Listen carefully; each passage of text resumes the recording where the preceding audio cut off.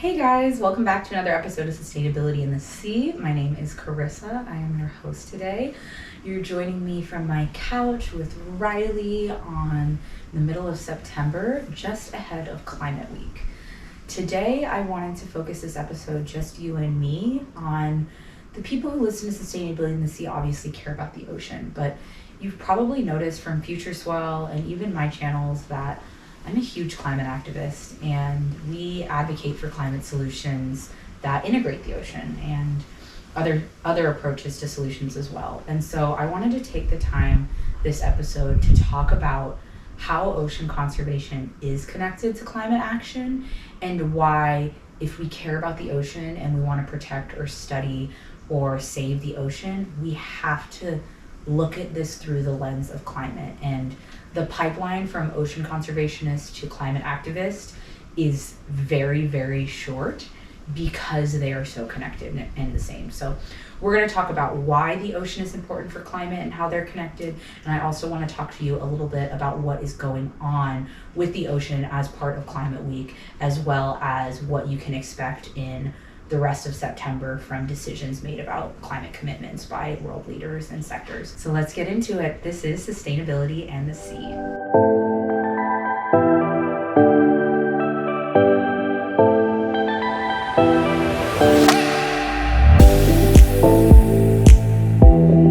Okay, so I'm actually recording this right before I'm going to the climate strike that is taking place in Honolulu on the island of Oahu, which is where I'm based. So the global climate strike is happening all over the world, with the primary strike happening in New York City on Sunday, September 17th. But because of social media and the power of organization and all of these tools of communications to bring the climate and environmentalist community together, there's actually protests going on all over the world. And I found this one because of organizations that I know that are helping lead it, but also because of the fossil fuel treaty. So there's a fossil fuel non-proliferation treaty, which is advocating to end fossil fuels fair and in a just way. And they are a hub, I'll link them in the show notes, where they have a lot of information if you want to learn more about this. But they also had a map where you could register your climate strike so people could figure out if there was one in your area. So whether you're watching the climate strikes on social media or you're participating in one yourself, these are a really, really, really powerful tool historically in making change in the US. Protests and marches, they make people uncomfortable. I think I've seen that throughout my life, but even historically, but they are demonstrated, proven solution to call on our leaders to act and put pressure on them. One of the examples that I learned about many years ago was through the original Earth Day march. That was in 1970. And within a year of that protest, which was so big, like hundreds of thousands of people, the Environmental Protection Agency was created and the Clean Air Act was passed within a year. And we also saw it with the March on Washington, which is where Martin Luther King Jr. delivered his "I Have a Dream" speech, and that was obviously iconic in pushing the civil rights agenda forward and implementing solutions that were fair and just.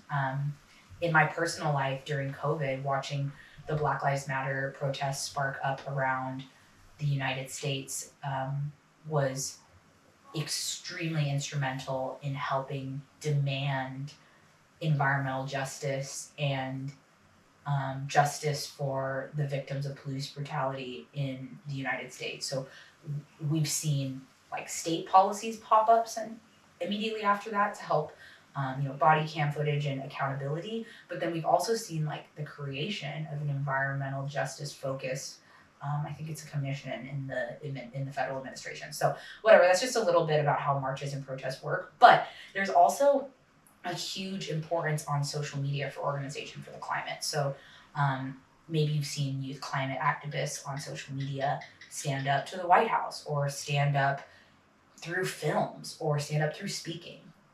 The thing with the way social media is viewed nowadays is that elected officials, whether they're the president or their representatives at the state and local level, they have to know what's being said about them on social media because it's important for their political career. And for that reason, social media campaigns that, even if they just stay online, can still be extremely effective at causing of getting our message heard and causing leaders to act. So a really great example of this was the Willow Project, which was an expansive drilling project in Alaska that rallied 1.1 million letters to the White House through a social media campaign on Instagram and TikTok. And the youth were really clear: Biden, don't approve the Willow Project. And while that fight isn't completely over yet, it is a staple example of ways that climate activism needs social media to organize and to connect activists in different areas of the world and the country. All that to be said, I'm just going to shout out that if you want to follow more climate activists, that would be a wonderful way to not only learn about climate naturally through your social media feed, but also they have incredible calls to action. I do a lot of climate activism on social media, but I focus mainly on the ocean. But they have a lot of calls to action around petitions you can sign and ways you can help. And if you want to make videos or if you want to send letters or emails, like, I would just really, really, really, really recommend integrating that into your social media sphere. Okay, so that's just a little bit of background on how climate activism is working nowadays and reasons why it's worthwhile. Because this is the fight of our lives. It's the work of our generation. And it is our opportunity to create a transition and redesign systems that work for people and planet. We have all the solutions that we need to stop the climate crisis. They're everywhere. Indigenous wisdom can help solve the climate crisis. Indigenous people have been living in harmony with the planet sustainably for generations, and that knowledge is going to be key in redesigning systems that are in alignment with nature. The ocean is our climate regulator globally. It regulates our global climate. By protecting the ocean, we can create a huge buffer that fosters planetary resilience in the face of the climate emergency. It's baffling to me. I can't do this in one episode, but it's baffling to me to realize how much pressure has already been put on our leaders and how they're acting, yes, but slowly and not fast enough, which is why we are continuing to keep the pressure on. The big oil industry knew about climate change as early as the 70s. We know that now. We know that they invested millions of dollars in a marketing campaign to foster climate denial. And we know that now they're invested in climate doom. So every time we choose to feel hopeless and say it's too late, that is a product of climate doom marketing. And I just want you to remember that the people on the front lines, marginalized communities that are already bearing the worst impacts of the climate crisis, they don't have the privilege to give up. And so we don't have it either. Climate Week is an incredible opportunity. It's already started by the time this episode's going out. And one of the reasons why there's so many events and organizational opportunities in New York City is because the United Nations Climate Ambition Summit is happening on September 20th. And so Climate Week is an opportunity to make demands to leaders like ahead of that summit. So my understanding is at that summit, leaders are going to have to actually share with other countries what they're doing about climate change. But so Climate Week is an opportunity to make those demands really clear. And so there's a lot of United Nations events happening. And also just integrating the ocean in climate action and the climate agenda is a key outcome or a key goal to be an outcome for Climate Week. So why do we want to do that, guys? If you didn't already know, the ocean generates around every other breath of air that we take. It's somewhere between 50 and 80% of all oxygen on Earth is created by the ocean. That is from phytoplankton, who are photosynthesizing all day long. And because of photosynthesis, they're taking in carbon dioxide. So that means that the ocean is brings us to number 2. The ocean is a huge climate buffer to climate change because it's a carbon sink. It actually absorbs around 90% of the excess heat from our atmosphere. The ocean does.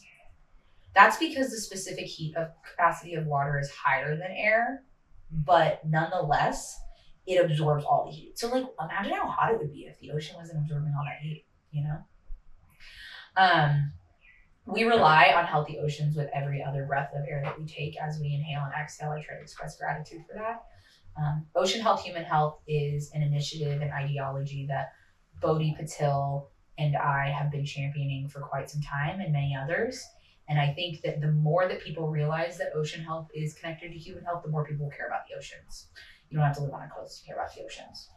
So I mentioned this earlier, but the ocean regulates our climate system. That's because heat from the atmosphere is going to the ocean. That's because ocean currents are carrying that heat and energy throughout the world. That's because the ocean is what connects all continents and what cleans our air. So we can't solve the climate crisis without protecting the ocean, because the ocean is 70% of the surface area of Earth. That's why I'm always calling everything planet ocean, because it's not planet Earth. It's 70% ocean. Like, come on, guys. And I also like to remind people, like, we're talking about these climate solutions, and at the federal level, that is totally being like co-opted by clean energy, which is extremely important and necessary. But I'm a huge proponent of nature-based solutions. Nature-based solutions are solutions that are based off of Earth's natural processes, and the ocean and biodiversity and ecosystem health is a huge, we need to be looking at nature-based solutions through the lens of those components. The ocean is a source of blue carbon. So when you think of carbon sinks, you think of trees and forests, right? The Amazon rainforest, because they're sucking all that carbon dioxide and turning it into oxygen. But the ocean, because of that process I just explained to you, with phytoplankton creating air and oxygen, is that it makes the ocean our biggest carbon sink, because it's 70% of the planet as well. And that's not just phytoplankton, that's whales. Great whales are a huge source of blue carbon. That's mangrove ecosystems, that's coral reefs, that's all these pieces of the ocean ecosystem that, when functioning and healthy, are absorbing carbon dioxide out of the atmosphere. And it's far more than rainforests. It's estimated that the ocean absorbs 30% of global emissions released into the atmosphere. 30%, you guys. What? Also, the sources from NOAA. I should have been saying the sources, but NOAA, NASA, World Wildlife Fund, United Nations. You guys know that my undergraduate degree was in ecology and evolution. I thank the world every day that is the major that I chose, because I look at things through the lens of ecosystems and ecology, and through geologic timescales that I learned during my understanding of evolution. So the Earth is obviously billions of years old, 4.6 billion years old actually. We've only been around for 200,000 years or so, Homo sapiens, but life began in the ocean. Don't know if you guys know that. All life began in the ocean. That's why you'll hear people say it's our greatest common ancestor. In Hawaiian culture, all life began with the coral polyp, koa, and it's their greatest common ancestor. Over 3 billion people rely on the ocean for their primary source of protein, seafood. There are 7 to 8 billion people in the world right now. That is roughly half of them rely on the ocean. This is why sustainable seafood and aquaculture is center stage when it comes to ocean issues, because it supports so many people.